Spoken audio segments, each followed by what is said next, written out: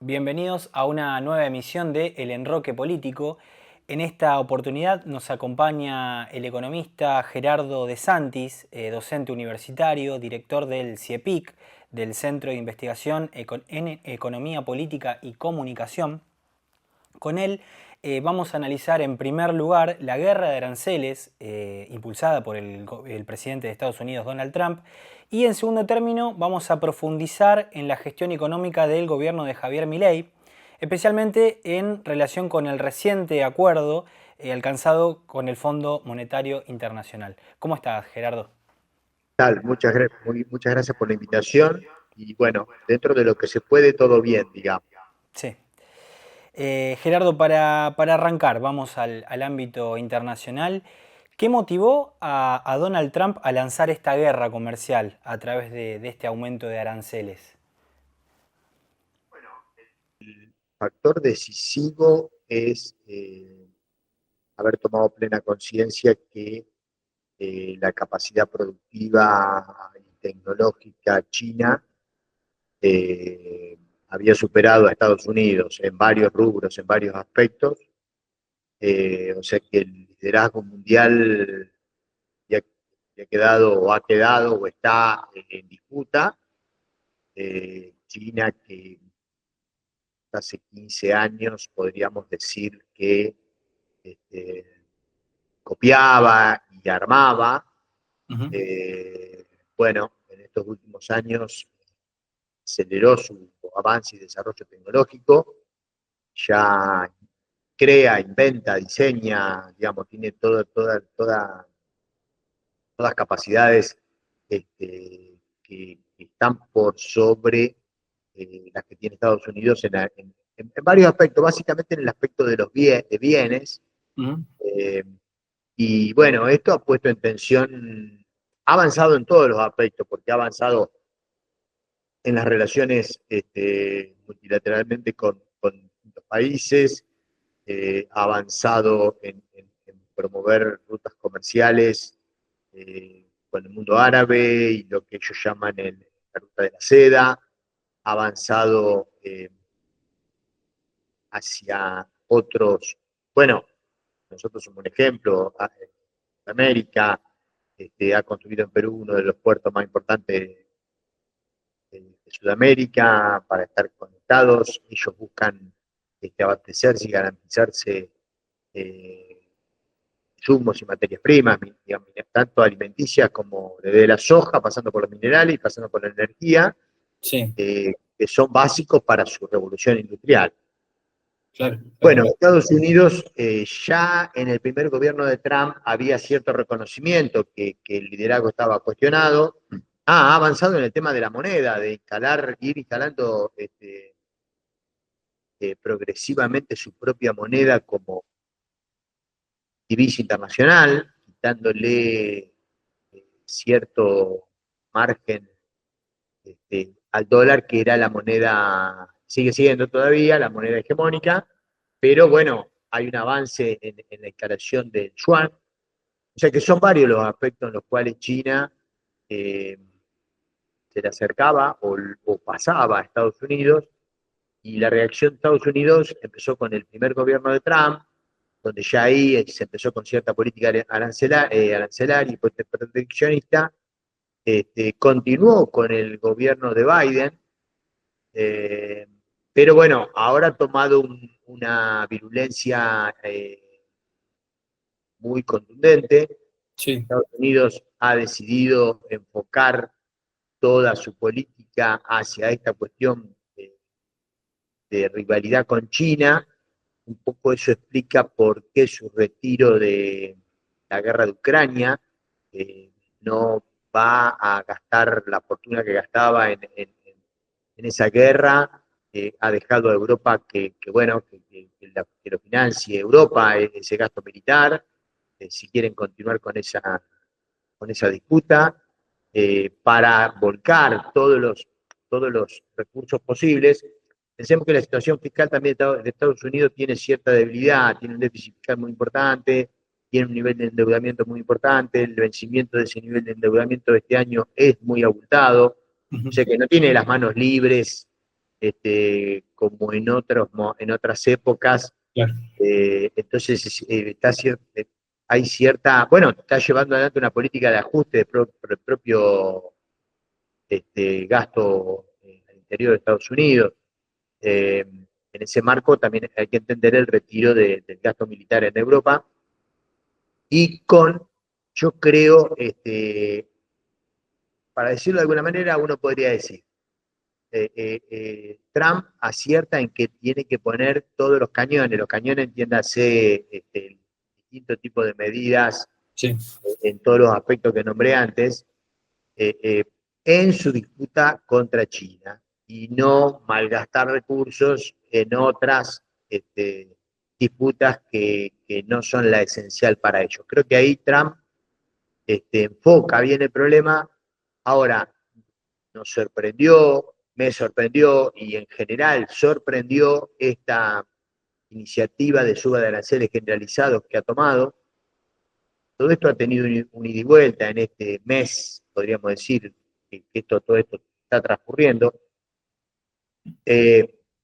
Y ahí es donde me parece que no está tan acertado Trump, porque la metodología esta de los aranceles, si bien a ellos les va a permitir recaudar más, pero en definitiva el objetivo es eh, desarmar lo que se armó durante 40 años, que es la famosa globalización. La globalización, sintéticamente explicado, sería, por un lado, la liberalización de todos los capitales financieros a nivel global, eso es lo que ha pasado desde Reagan y Thatcher en los 80, y en el plano productivo, la deslocalización de la producción, o sea, una empresa produce partes del bien final que va a fabricar en distintos lugares del mundo, o sea, en el lugar donde le permite abaratar los costos Claro. lo más posible para obtener la mayor ganancia posible. Esas son las características productiva y financiera. Claro, pero esta situación China la aprovechó muy bien, porque eh, eh, desde el 78 en adelante fue llevando adelante un plan de largo plazo de desarrollo y de industrialización de la economía china. Ellos hicieron un muy buen diagnóstico de su situación, tenían mano de obra para ofrecer, eh, pero no estaba calificada, o sea que hicieron un plan de formación de trabajadores que llegaran a ser ingenieros y muchos de ellos fueron enviados a Estados Unidos para que se doctoren. O sea, China es el país que más ingenieros fabrica en el mundo. Sí, sí, sí. O sea, una mano de obra altísimamente calificada. También acertaron con el diagnóstico de que lo que no tenían era tecnología, entonces ellos podían ofrecer mano de obra altamente calificada a salarios bajos a empresarios de los más avanzados del mundo. Supongamos un empresario alemán que fabricaba autos, entonces decide ir a China a invertir porque ahí puede contratar trabajadores bien calificados y pagarles mucho menos que lo que le tiene que pagar en Alemania. Claro, lo que pasa es que el cultura china no es de libre comercio y libertad en las relaciones económicas, sino que China le exige al empresario alemán que le haga transferencia tecnológica, o sea, es una política tecnológica que lleva adelante China a cambio de que el empresario alemán gane más dinero porque paga salarios bajos. Claro. Entonces, Sí, sí. obviamente el empresario alemán se ve sorprendido porque se encuentra con que tiene que comprarle insumos a 10 empresas chinas, por ejemplo, que están muy atrasadas, y cuando se queja por eso, el dirigente del Partido Comunista le dice, ya sabemos que nuestras empresas están en el siglo XIX, lo que tenés que hacer tu tarea es traerlas al siglo XXI. Entonces, esta política o este plan de industrialización chino, todo con política económica prevista, bueno, eso es un plan, es exactamente lo contrario al libre mercado. Si China hubiese seguido políticas de libre mercado desde 1978 para acá, número de 78 porque es cuando Deng Xiaoping cambia Sí. la línea de acción de China. Si China hubiese seguido con el libre comercio, hubiese seguido comprando todos los bienes industriales importados y hubiese seguido fabricando arroz viviendo de una economía precapitalista y de autoconsumo. Gerardo, discúlpame que te interrumpa. Hecho bien este contexto internacional que vos venís marcando, mi pregunta, y también para quienes nos están viendo en este momento, sería cómo afecta toda esta cuestión, esta guerra comercial a países como la Argentina. Sí los afecta, es mi pregunta, ¿no? Sí, esto claramente, si hay una guerra comercial entre las dos principales potencias del mundo, inexorablemente, indefectiblemente, esto afecta a todos los países, porque se restringe el comercio internacional, porque esto lleva a una recesión eh, en los países centrales, porque si hay una recesión en los países centrales, eh, va a haber menos compras para los países periféricos, Claro. porque van a caer los precios de los commodities que en general venden los países periféricos. Bueno, esto ya ocurrió, todo esto que estoy diciendo. Ujú. O sea, y además está la propia, porque si Estados Unidos se protege y no recibe productos chinos, la economía china lo que va a tratar de hacer es esos excedentes colocarlos en otros mercados. O sea que cuando China en realidad le importaba mucho cuánto venderle a Estados Unidos y a Europa, que son los dos grandes mercados mundiales, de alguna manera se le cierran, empieza a buscar mercados en el resto del mundo. Claro. Entonces, la competitividad de la economía china, bueno, es muy, fíjense que ha invadido al propio Brasil, que tiene una economía con escalas bastante grandes, pero la escala de planta de China son muchísimo más grandes, y ni que hablar de cómo queda la Argentina, que tiene escala de planta más pequeña todavía que Brasil. A nosotros este, nos afectaba competir con Brasil. Imagínense Claro. si tenemos que competir con China. Sí, sí, sí, sí. Ha repercutido en todo el mundo, y las políticas que toman en general los países son las de protección. En general todos estos países tienen tipo de cambio flotante, o sea que han permitido devaluaciones de la moneda de sus propios países para encarecer los productos importados de China, Ujú. y a nosotros nos agarró en un muy mal momento porque veníamos con política de tipo cambio fijo, con una devaluación pautada del 1% mensual, o sea que Argentina se convertía en un atractivo muy interesante para que los sobrantes de la producción china vengan para acá. Claro. Ya estamos hablando de la Argentina a esta altura, Sí. el hecho de fijar el dólar y devaluarlo solo 1% mensual había abaratado el dólar a niveles insostenibles, y por eso el Banco Central perdía reservas, eh, perdió 22 mil millones de dólares el año pasado, y este año arrancó con una pérdida de entre 5 mil y 6 mil millones en los primeros 3 meses del año, o sea que íbamos sin reservas, ya estábamos con reservas netas negativas de 11 mil Sí. millones, o sea que el modelo macroeconómico de Milei, de dólar barato, sin reservas, estaba al borde del precipicio. eh, por eso se apuraron en un acuerdo con el Fondo Monetario Internacional.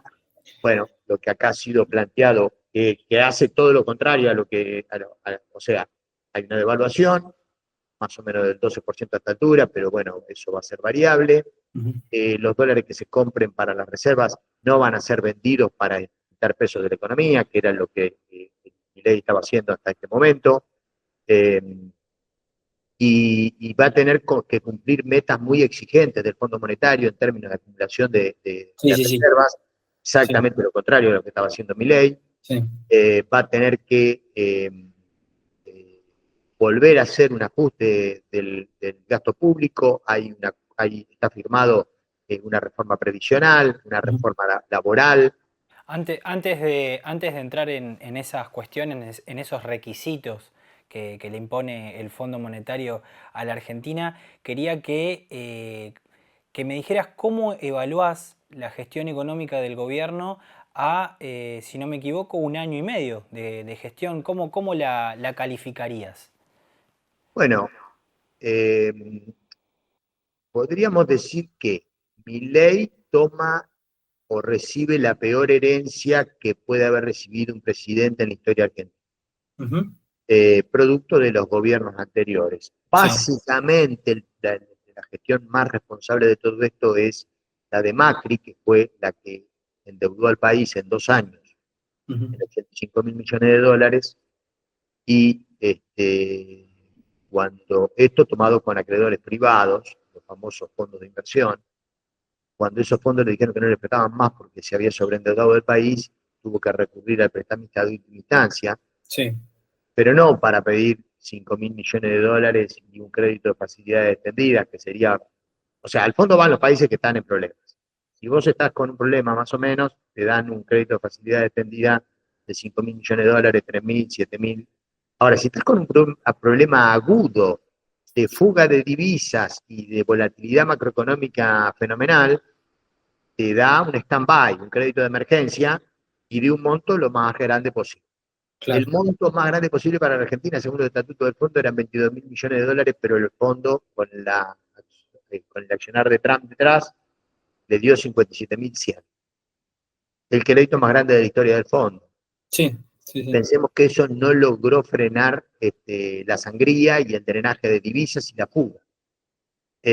O sea que si el fondo no le daba ese crédito a Macri, el dólar hubiese pasado de 16, 17 pesos que valía a fines del 17 a 1.000 durante la gestión de Macri. Pero eso fue disimulado por el crédito del fondo porque el Banco Central se encontró con ese crédito que fue usando para ir pagando deuda por un lado, pero para ir financiando la fuga de capitales por el otro. 1/3, según la propia evaluación del Fondo Monetario Internacional, se fugó. Entonces eso dejó a la Argentina en una muy mala situación, porque se había sobreendeudado, pidió un salvataje, el salvataje lo usó mal, con la venia del fondo, porque el fondo no lo limitó en esa fuga que se producía, cuando eso está escrito en los propios estatutos. Ahí tenemos una segunda vulneración de los estatutos del fondo de parte del propio fondo. O sea, una lectura de esto claramente es que fue un crédito político y que ya a esta altura tampoco hay que probarlo mucho, porque el propio agregado político para la región latinoamericana reconoció en una conferencia que el crédito que se le dio a Macri fue un crédito político para que gane las elecciones. El resultado de esas elecciones ya todos lo conocemos. Macri le echó la culpa al resultado electoral. Sin embargo, la agencia Bloomberg en junio, antes de las PASO, había puesto a Argentina como el país emergente más vulnerable del mundo. Pensemos que era el país emergente más vulnerable del mundo según la agencia Bloomberg, a pesar de tener el apoyo de Trump y a pesar de tener un crédito de 57.100 millones de dólares del Fondo Monetario. Salió del primer lugar Turquía en ese momento, que bajó al segundo. Turquía estaba en conflicto contra Estados Unidos, también tenía una situación compleja de inflación y de problemas de divisas, pero estaba en conflicto contra Estados Unidos. Sin embargo, a pesar de eso, a criterio de Bloomberg, el país que estaba peor era la Argentina. O sea que Macri pierde las elecciones por incapacidades propias. Recordemos que había ganado las de medio término, recordemos que le habían aprobado todas las leyes que había presentado, a pesar de estar era una primera minoría legislativa, pero con el apoyo de sectores de la oposición. Bueno, se acordarán de aquella famosa frase del peronismo racional, que era parte del peronismo que lo apoyaba a Macri. Bueno, Macri terminó quebrando el país. Ahí está el punto. Esto que estamos discutiendo acá es renegociar la deuda que tomó Macri. Lo que hoy se discute es que ya también la discutió el gobierno de Alberto Fernández, porque el gobierno de Alberto Fernández renegoció la deuda con los acreedores privados que había tomado Macri, pero la negoció de una manera donde logró una baja de interés bastante importante, donde logró extender los plazos a 30 años y donde logró una pequeña quita en el capital. Eso permitió, y después por otro lado renegoció, eso fue en el 20. En el 22 renegoció con la deuda con el Fondo Monetario, la que había tomado Macri. Esa renegociación fue muy criticada al interior de la fuerza política que gobernaba. ¿Se acuerdan? Acuérdense que bueno, ahí como que queda a flor de piel la pelea interna en el propio gobierno, lo Sí, cual al propio gobierno no le hizo nada bien. Este, pero ese acuerdo, esa renegociación con el fondo que hizo Guzmán no fue pidiendo plata extra, sino que solo se establecieron refinanciamiento de los vencimientos que la Argentina no podía pagar porque Macri los había dejado todos claro. con vencimiento en la propia gestión siguiente a la de Macri.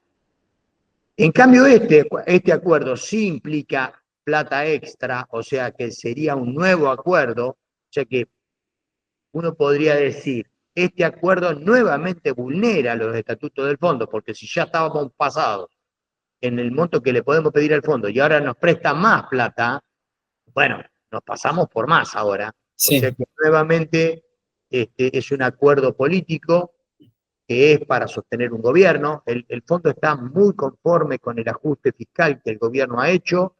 Sin embargo, entre las condiciones que le pone para darle el dinero es que lo tiene que profundizar. O sea, que lo que viene de acá para adelante es, que son algunas de las medidas que estaba diciendo recién, pero las podemos sintetizar en términos globales, es que va a haber un nuevo ajuste fiscal, ya que nuevamente los jubilados verán afectados sus ingresos, los empleados públicos también, los docentes universitarios también nos va a tocar aportar nuestro.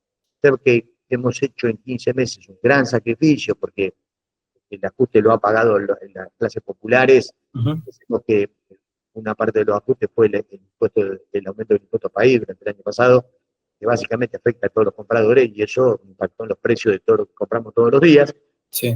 Está claro que ya a esta altura todo el mundo es consciente que la casta no pagó el ajuste, que la casta, bueno, en buena parte está en el propio gobierno, ¿no? Está Sturzenegger, que estuvo con De la Rúa. Sí, son los mismos de siempre del que habla Milei en sus discursos, ¿no? El armado político de la Libertad Avanza la llevan adelante los hermanos Menem, o sea, tienen a Ritondo y a Santilli como posibles candidatos en provincia de Buenos Aires. O sea, vos vas recorriendo el espinel de todas las caras políticas de. Los únicos nuevos son Milei y la hermana. Sí, Después el resto es la casta totalmente. política, buena parte de la casta política, el apoyo de Pichetto, este, el apoyo de los radicales, el apoyo de los peronistas cordobeses, bueno, más o menos el establishment.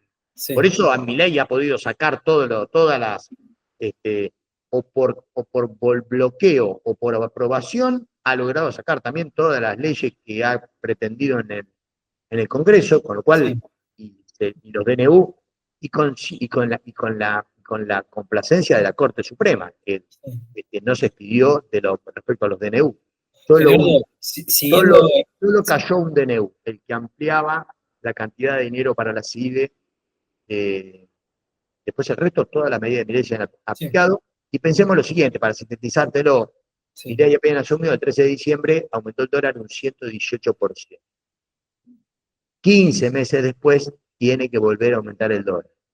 claro, En contradicción con todo lo que vino diciendo hasta acá, que lo que iba a pasar era que los precios iban a bajar en dólares y no lo que terminó pasando, que lo que terminó subiendo fue el dólar. el dólar, tal cual. Entonces, a Sí, partir de acá no es que estamos en la fase 3 del gobierno de Milei, sino que estamos en un programa económico diseñado por el Fondo Monetario Internacional, tiene todos los componentes e ingredientes que tienen los programas del fondo, el ajuste fiscal, la reforma previsional, la reforma tributaria, Privatizaciones, ¿no? También. Ujú. privatizaciones, flotación del tipo de cambio, ujú, devaluación, o sea, por donde se lo mire, es un tradicional crédito del Fondo Monetario, o sea que ahora, bueno, estamos de acá para adelante con este plan, veremos qué es Sí. lo que ocurre. Gerardo, siguiendo en la línea del programa económico de Milei, algo que particularmente a mí me llama la atención es que Milei en sus discursos omite palabras como industria, como producción, como trabajo. No aparecen estas palabras en los discursos del presidente. Mi pregunta es cómo se sostiene una economía si estas palabras, si estos indicadores no son alentados desde el gobierno, desde el Estado, ¿no? Bueno, vas a una economía que los economistas llamamos economía dual, o sea, un sector competitivo a nivel internacional, fundamentalmente basado en recursos naturales o en algunas plataformas tecnológicas, y después otro sector con el grueso de la población atrasado y sin posibilidad de desarrollo. Sería, viste que está de moda nombrar a Perú. Bueno, Perú, el 50% de la población peruana no tiene heladera, entonces, bueno, un poco te grafica eso. Claro. Sí, la macro peruana anda bien, los mineros, las empresas mineras que están en Perú les va bien, o sea, toda la parte de producción primaria les va bien, al mundo financiero empalancado en esos negocios le va bien, pero la mitad de los peruanos no tienen heladera. Ese es un modelo dual, que es lo que Milei intenta, Macri también había intentado, y la dictadura también había intentado, y Menem también había intentado llevar a la Argentina. Pero acá hay una resistencia, porque la Argentina durante el siglo XX no era un país dual, era un país integrado socialmente. O sea, la clase media, la famosa clase media argentina. O Sí, sea, sí, los sí. trabajadores en general tenían aporte jubilatorio, tenían obra social, tenían aguinaldo, tenían vacaciones pagas, todas cuestiones que, bueno, están entre las cosas que el fondo exige que se vayan quitando. Sí. Ese país integrado socialmente del siglo XX, eh, bueno, de alguna manera se resiste a ser deteriorado en su calidad de vida. O sea, la gente protesta un poco más, un poco menos, dependiendo de la situación. Acá, este, bueno, Milei hizo una estafa con las criptomonedas, pero uno podría decir, en realidad hubo una estafa electoral, porque cometió dolarización y después el peso era un excremento, eso en campaña, pero después terminó apuntando al peso y diciendo que el peso era la moneda que se iba a revaluar. Prometió que el ajuste lo iba a hacer la casta y el ajuste lo hizo el grueso de la población argentina. Eh, entonces, y ahora tenemos, digamos, su único objetivo de política económica era bajar la inflación, que Sí. la inflación no bajó, estaba reprimida porque Milei estaba reprimiendo el precio del dólar en todos sus aspectos. La crítica que le hacía a Caballo y todos los economistas liberales, no es que la hago yo. O Sí, sea, sí, hace, sí, sí. hace 7 meses que Caballo y todos los economistas liberales le dicen, vos no dejás ningún precio libre, ponés el tipo de cambio que querés y los mercados financieros los intervenís porque estás vendiendo las reservas en esos mercados para que el dólar sea barato. O Claro. sea, reprimiendo la inflación con algo que es insostenible. Un día se te van a acabar los dólares de la reserva y ¿con qué vas a sostener el dólar? Bueno, esto es lo que terminó ocurriendo, el gobierno asumió que entró en caída libre, sin reservas, digo, sin reservas porque estaba vendiendo, yo tengo $5.000 en el banco. De esos 2.500 son reservas del Banco Central, que los encaja. Pero los vendió. O sea, Claro. estaba vendiendo los dólares de los privados el Banco Central. O sea, había llegado a un límite Mm. que no daba para más. O Sí, sea, que sí. el programa macroeconómico de Milei cae por su propio peso. Reprimió con intervención, viste que Pañi habla del masismo austríaco, o sea, como Mm. diciendo, este gobierno va de liberal, pero es más intervencionista que Massa. Sí, sí, sí. La Sí, sí. ironía que utiliza para graficar esto es que esto es masismo austríaco. Sí. Bueno, el programa macroeconómico de Milei terminó el jueves, y ahora tenemos el programa macroeconómico del Fondo Monetario Internacional. Gerardo, el núcleo del contrato electoral entre La Libertad Avanza, si se quiere, y sus votantes es el fin de la inflación, ¿no? Como vos mencionabas recién. ¿Crees que esto se va a cortar, a cumplir en el corto plazo? Milei en una entrevista hace unos días aseguró que va a mediados del próximo año, en el 2026, a mediados del 2026, se termina el problema de la inflación en Argentina. ¿Vos crees que esto es real o es otra promesa en un momento de elecciones, ¿no? De medio término? Y es un poco plantear un objetivo justamente post-elecciones. Recordemos que el gobierno en febrero bajó el ritmo de evaluación de 2 a 1 para tratar de llegar a una inflación del 1% mensual este año, ahora. Sí. Sin embargo, eso no se cumplió, la inflación pegó un brinco en marzo y llegó al 3,7. Vos imaginate que el gobierno gastaba reservas en mantener el dólar contado con liquidación y MEP baratos. Gastaba dólares en intervenir en mercados futuros del dólar para que no suba. Y al mismo tiempo gastaba dólares al tipo de cambio oficial porque el dólar estaba tan barato que venían todos los productos importados de todos lados y todo eso era para bajar la inflación. O sea que la baja, y esto en el marco de una restricción monetaria muy marcada, pero la cuestión central era que toda la batería de medidas que podía tomar el Banco Central respecto al dólar estaban utilizadas para reprimir la inflación.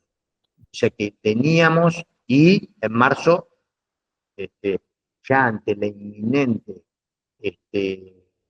situación de que ese esquema no podía continuar, los precios pegaron un saltito y se fueron al 3,5. O sea, el principal, yo diría, único objetivo del gobierno en términos de política económica era ofrecernos baja inflación y lo estaba haciendo con un modelo macroeconómico de represión de la inflación. No es que no había inflación, estaba reprimida porque el dólar estaba barato ficticiamente, no porque la economía argentina era cada vez más competitiva. Claro. Era porque estaba utilizando todas las reservas y regulaciones y controles e impedimentos para comprar dólares en los mercados cambiarios. Por eso España habla de masismo austríaco, porque puso más regulación y más controles que los gobiernos anteriores. Entonces, la inflación bajaba por eso y además bajaba por lo que hablamos un poquito antes, que es que la capacidad de consumo de la gente había disminuido sustantivamente a raíz de los ajustes que se habían tomado. Entonces, era una operación de pinzas. Poca capacidad de consumo de la gente, ajuste monetario y represión del precio del dólar con todos los instrumentos habidos y por haber para que el dólar valga 1.000 pesos. Y por lo tanto no suba la inflación, solo suba la inflación al 1% mensual. Eso duró un tiempo, tuvo la ventaja de un blanqueo exitoso, entonces ahí se juntaron dólares en las reservas, eso le permitió estirar la situación y llegar hasta febrero, diría yo.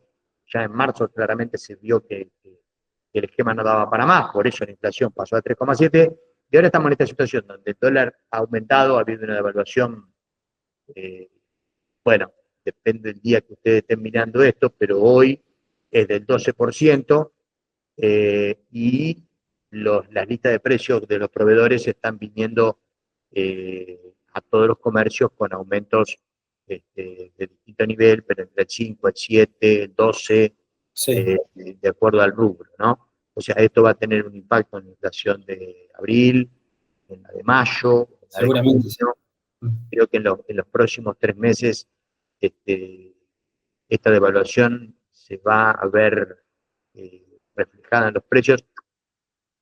Ya la gente está viendo reflejada en los precios, pero bueno, esto va a tener una continuidad. No sabemos cuánto va a ser, si va a ser del 5 mensual, del 4,5, no sabemos. Y esto también le abre también una serie o otras cuestiones al gobierno, porque por ejemplo, hay paritarias que se acordaron al 1,3. Sí. Y la inflación va a ser del 4. O sea que va a haber que. Y la otra cosa que le abre es que el dólar más caro implica automáticamente un aumento de las tarifas, porque las tarifas están atadas a la cotización del dólar. O sea que al gobierno se le abre varios frentes, ¿no? Varios frentes internos internos y externos para cumplir con las exigencias del fondo. Gerardo, te hago la última, son dos preguntas en una. Si crees que realmente quien está manejando económicamente la Argentina es Javier Milei y Luis Caputo, o el Fondo Monetario Internacional en este momento. Realmente, ¿quién es el que maneja la economía en Argentina? ¿Y cuáles son los riesgos de depender de nuevo con el Fondo Monetario Internacional en términos históricos y económicos? No, claramente es el fondo el que administra la economía argentina a partir de este momento.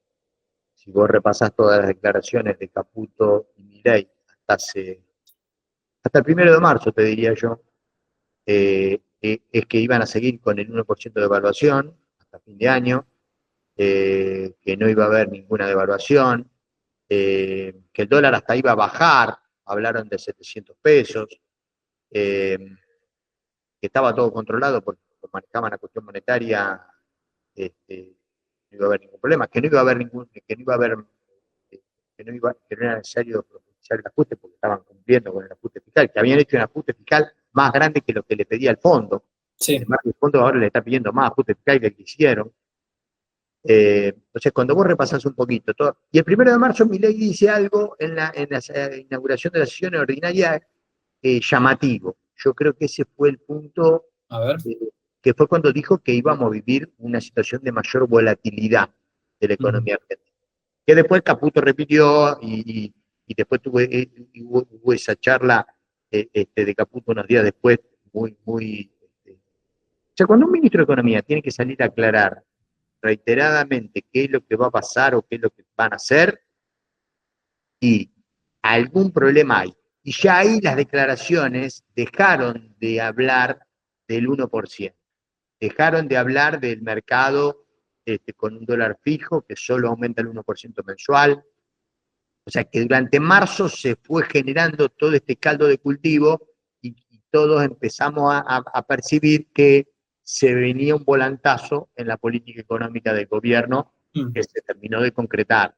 Se terminó de concretar el viernes de la semana pasada y bueno, eso trae como consecuencia que bueno, ha habido una devaluación del 12% a esta altura, el programa económico es el programa económico del fondo, y un poco como título periodístico de la cuestión es el Fondo Monetario Internacional salvó al gobierno, porque iba al precipicio el gobierno con esa política de la que traía, y el fondo lo salvó con una asistencia financiera mayúscula, nuevamente vulnerando sus estatutos, eh, eh, y obviamente que no salvó al pueblo argentino, porque el pueblo argentino hoy va a pagar el aceite más caro y va a haber nuevos ajustes sobre los jubilados, y sí, etcétera, etcétera, etcétera, de los ajustes que ya sufrimos en este año y medio. Sí, sí, Lo sí. que uno a esta altura dice, bueno, hicimos un ajuste fenomenal, según el propio gobierno, que hemos hecho el ajuste más grande de la historia de la humanidad, y ahora tenemos que empezar de nuevo. O sea, yo te lo puedo decir de las dos maneras. En lo social hicimos el ajuste más grande de la historia de la humanidad y ahora tenemos que hacer otro ajuste. O sea, evidentemente el gobierno fracasó. Y te lo puedo decir en términos económicos. El gobierno cuando asumió aumentó el dólar 118%. 15 meses después lo tiene que volver a aumentar. Evidentemente fracasó. No hay otra alternativa. Sí. Y aun volverlo a aumentar a pedido del fondo. Tal cual. Como exigencia del fondo, se lo impone. O sea que ahora estamos en una política macroeconómica que va a estar monitoreada permanentemente por el Fondo Monetario Internacional. Gerardo, te agradezco mucho el tiempo. No, por favor, gracias a ustedes y discúlpenme que, bueno, había quedado que iba a ir al piso, pero bueno, a veces la vida no hay ningún grave, ¿no? Pero a veces las cosas te superan, pero ya nos vamos a encontrar y muchas gracias por la consideración que, bueno, de vez en cuando regularmente me invitan a participar. Gracias a vos, Gerardo. Abrazo grande.